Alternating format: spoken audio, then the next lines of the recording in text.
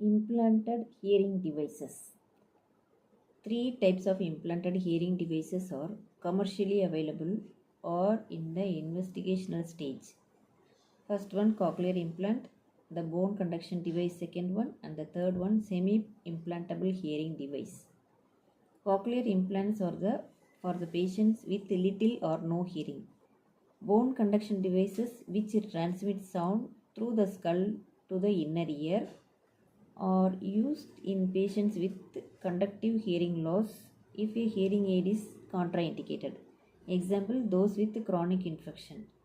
The device is implanted post-aurically under the skin into the skull and an external device worn above the ear, not in the canal, transmits the sound through the skin. Semi-implantable hearing aids, although not yet approved by the FDA, that is Food and Drug Administrative, except in testing sites, still require the use of an external device. However, research to develop a fully implantable hearing aid continues. Cochlear implant. Yeah. Cochlear implant is an auditory prosthesis used for people with profound sensorineural hearing loss bilaterally who do not benefit from conventional hearing aids.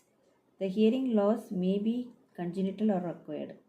An implant does not restore normal hearing. Rather, it helps the person to detect medium of to low, loud environmental sounds and conversation. The implant is designed to provide stimulation directly to the auditory nerve, bypassing the hair cells of the inner ear which are not functioning.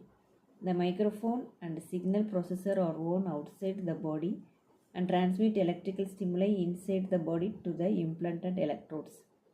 The electrical signals stimulate the auditory nerve fibers and then the brain where they are interpreted. The cochlear implant, the internal coil has a standard electrode lead. The electrode is inserted through the round window into the scala tympani of the cochlea. The external coil, the transmitter, is held in alignment with the internal coil, that is the receiver, by a magnet. The microphone receives the sound. The stimulator wire receives the signal after it has been filtered, adjusted and modified so that the sound is at a comfortable level for the patient. Sound is passed by the external transmitter to the inner coil receiver by magnetic conduction and is then carried by the electrode to the cochlea. Candidates for the cochlear implant, who are usually at least 1 year old, are selected after careful screening by otologic history, physical examination, audiologic testing, X-rays and psychological testing. Several criteria apply for choosing adult who may benefit from the cochlear implant. First one, profound sensory neural hearing loss in both ears. Second, inability to hear and recognize speech well with hearing aids. Third, no medical contraindication to a cochlear implant or general anesthesia. Fourth, indications that being able to hear would enhance the patient's life.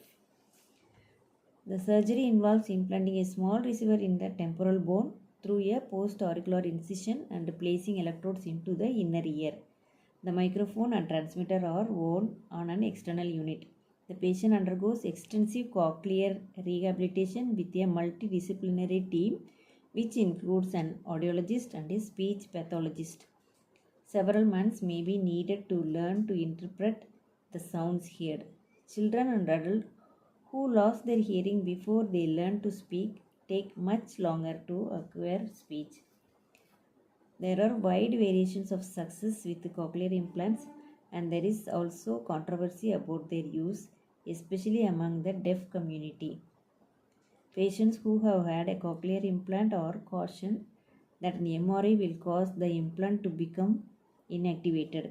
MRI is to be used only when unavoidable. Thank you.